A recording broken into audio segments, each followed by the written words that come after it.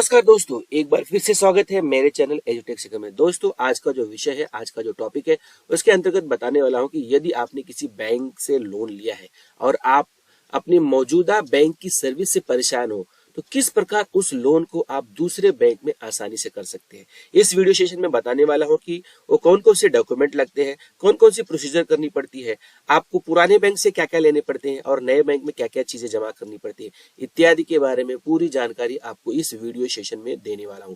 तो दोस्तों, जानकारी शुरू करने के पहले आप लोगों से रिक्वेस्ट करूंगा, निवेदन करूंगा कि अभी तक आपने मेरे चैनल को सब्सक्राइब नहीं किया है तो सब्सक्राइब कर लीजिए, बेल नोटिफिकेशन को ऑन कर लीजिए और आपको जानकारी अच्छी लगेगी तो लाइक कीजिएगा, कमेंट कीजिएगा और जानकारी को अपने मित्रों में शेयर भी कीजिएगा। दोस्तों, जैसा कि मैंने आपको कहा कि आज का विषय है, आज के विषय के अंतर्गत मैं बताने वाला हूं कि किस प्रकार एक बैंक से दूसरे बैंक में आप अपने लोन को ट्रांसफर कर सकते हैं यदि आप पहली बैंक की सर्विस से परेशान हैं। साथियों, आपको कुछ ऐसे पॉइंट्स बताने वाला हूं कि जिसके माध्यम से आप समझ जाएंगे कि आपको दूसरे बैंक में लोन ट्रांसफर करने के पहले कौन कौन सी स्टेप्स अपनानी चाहिए, कौन कौन सी जानकारी आपको प्राप्त कर लेनी चाहिए। यदि बैंक की सर्विस से आप परेशान हो तो किस प्रकार अपने लोन को एक बैंक से दूसरे बैंक में ट्रांसफर कर सकते हैं, इसकी पूरी जानकारी आपको इस वीडियो सेशन में मिलेगी, जैसा कि मैंने आपको पहले बताया। साथियों, आपको बताना चाहूंगा कि ये जो लोन की प्रोसीजर होती है, यानी जो बैंकें होती हैं, लोन के दौरान रेट ऑफ इंटरेस्ट बढ़ा देती है या कभी कभी रेट ऑफ इंटरेस्ट घटा भी देती है। तो ये सारी जो प्रोसीजर है किसके द्वारा मॉनिटर की जाती है? भारतीय रिजर्व बैंक के द्वारा। अब भारतीय रिजर्व बैंक क्या करती है, आपको बताना चाहूंगा कि जो भारतीय रिजर्व बैंक रहती है वो महंगाई के मोर्चे पर राहत देने के लिए हमेशा रेपो रेट में क्या करती रहती है? इजाफा करती रहती है। तो ये जो रेपो रेट रहता है, इसी के ऊपर बैंकों के जो इंटरेस्ट रहते हैं वो डिपेंड करते हैं। कभी कभी रेट ऑफ इंटरेस्ट ज्यादा हो जाते हैं तो कभी कभी रेट ऑफ इंटरेस्ट कम हो जाते हैं। तो ये डिसाइड कौन करता है? डिसाइड करता है भारतीय रिजर्व बैंक, ये डिसाइड करता है। और अगर ये रेपो रेट बढ़ा देता है तो इसी की वजह से क्या होता है? बैंकों में रेट ऑफ इंटरेस्ट बढ़ जाते हैं, अलग अलग बैंकों में अलग अलग रेट ऑफ इंटरेस्ट मिलते हैं। सितंबर महीने में रेपो रेट बढ़कर कितना हुई थी? 5.9% हो गई। यानी अगर अभी आप बात करना चाहेंगे, जो लेटेस्ट फिगर की बात करना चाहेंगे, तो भारतीय रिजर्व बैंक द्वारा जो रेपो रेट है उसकी जो वैल्यू दी गई है वो कितना है? 5.9%, यानी 5.9% हम लोग बोल सकते हैं। इसके अलावा आपको बताना चाहूंगा कि ये जो प्रोसीजर है, यानी आप जो लोन ट्रांसफर कर रहे हैं, लोन ट्रांसफर करने के दौरान आपको ये जरूरत क्यों पड़ती है, आप लोन क्यों ट्रांसफर करते हैं, तो आपको मैं बताना चाहूंगा कि कभी कभी क्या होता है कि आप जिस बैंक से लोन लेते हो उसका रेट ऑफ इंटरेस्ट हाई रहता है या इसके अलावा भी उसकी सर्विस अच्छी नहीं रहती है। तब आपको सोचना पड़ता है कि ये जो लोन है मैं किसी दूसरे बैंक में शिफ्ट कर जाऊं। ऐसी स्थिति में अगर आपके लोन की ईएमआई, देखिए क्या हो सकता है, पहला कार्ड क्या हो सकता है कि आप जिस बैंक से लोन ले रहे हो और उसकी ईएमआई महंगी पड़ रही है, तो हम आपको एक ऐसा आसान सा प्रोसेस बताने वाले हैं जिसके माध्यम से आप क्या करेंगे? अपने लोन को एक बैंक से दूसरे बैंक में आसानी से ट्रांसफर कर सकते हैं। तो ये जो लोन ट्रांसफर करने का जो मेन कारण है वो कारण क्या है? ईएमआई का ज्यादा होना, क्योंकि रेपो रेट जो रहता है वो रिजर्व बैंक ऑफ इंडिया द्वारा तो एक ही रहता है, जो कि मैंने आपको बताया कि 5.9% है। लेकिन इसके बावजूद भी अलग अलग बैंकें अपना रेट ऑफ इंटरेस्ट, यानी जो लोन प्रोवाइड करती है उसके ऊपर अलग अलग रेट ऑफ इंटरेस्ट क्या करती है? रखती है। अब हम देखेंगे, अब अगला जो प्रोसीजर है वो लोन ट्रांसफर करना। अब कैसे हम ये जो बैंक का जो लोन है हम कैसे आसानी से आप क्या कर सकते हैं? ट्रांसफर कर सकते हैं। तो साथियों, मैं बताना चाहूंगा कि अगर आपको लोन ट्रांसफर करना है तो उसके पहले क्या क्या करना पड़ेगा। हालांकि ये प्रोसीजर तो बहुत आसान है, लेकिन आपको करना क्या पड़ेगा?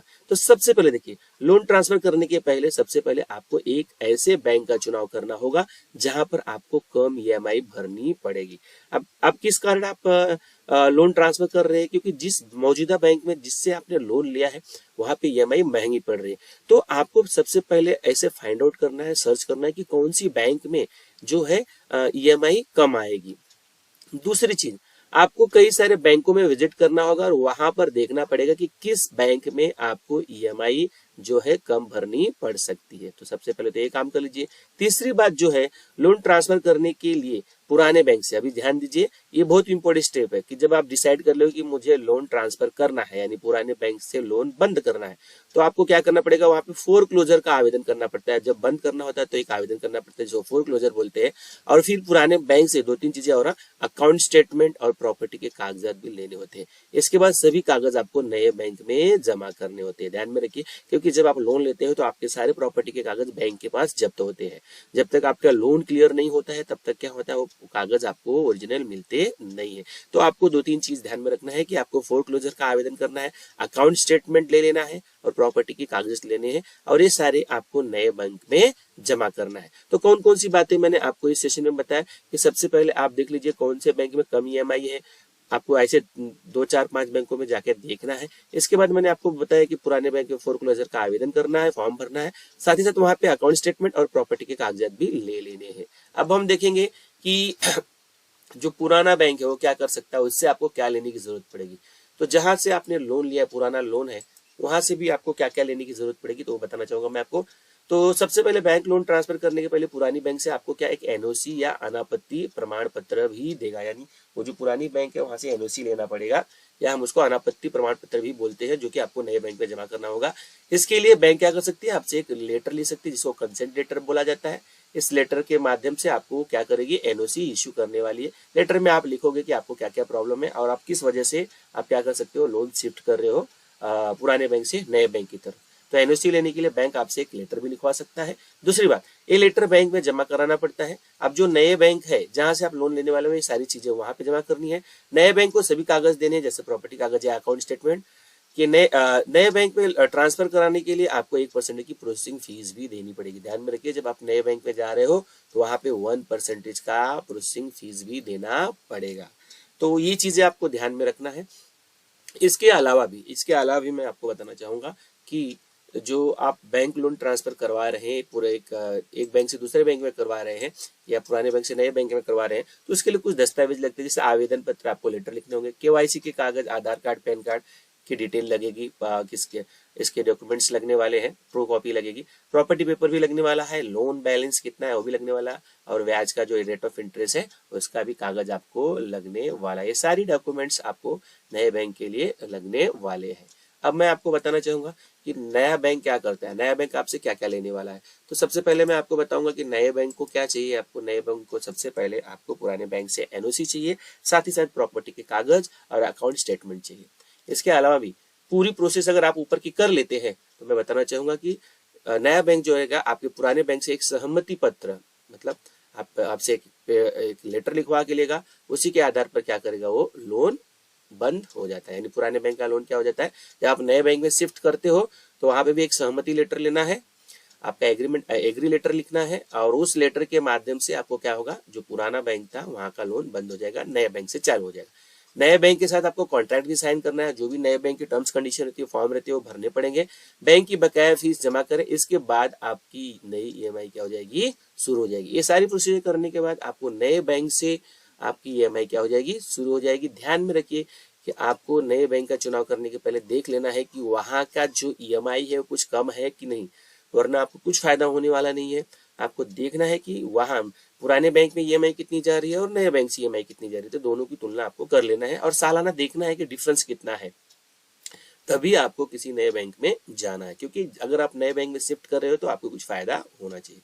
तो साथियों, आज का जो वीडियो सेशन था, आज का जो टॉपिक था, उसके अंतर्गत मैंने आपको बताया कि किस प्रकार आप अपने एक बैंक से दूसरे बैंक में अपने बैंक लोन को ट्रांसफर कर सकते हैं। यदि आप पुराने बैंक के जो तौर तरीके हैं या पुराने बैंक जो आपको ईएमआई दे रही है उससे अगर आप सेटिस्फाई नहीं है, संतुष्ट नहीं है और उसकी सर्विस से संतुष्ट नहीं है, तो आप किस प्रकार एक बैंक से दूसरे बैंक में क्या कर सकते हो, लोन को ट्रांसफर कर सकते हो। उसके लिए कौन कौन से जरूरी कागजात लगते हैं, कौन कौन से डॉक्यूमेंट्स लगते हैं और पुराने बैंक से कौन कौन से लेटर लगते हैं, ये सारी चीजें मैंने आपको इस वीडियो सेशन में बताई।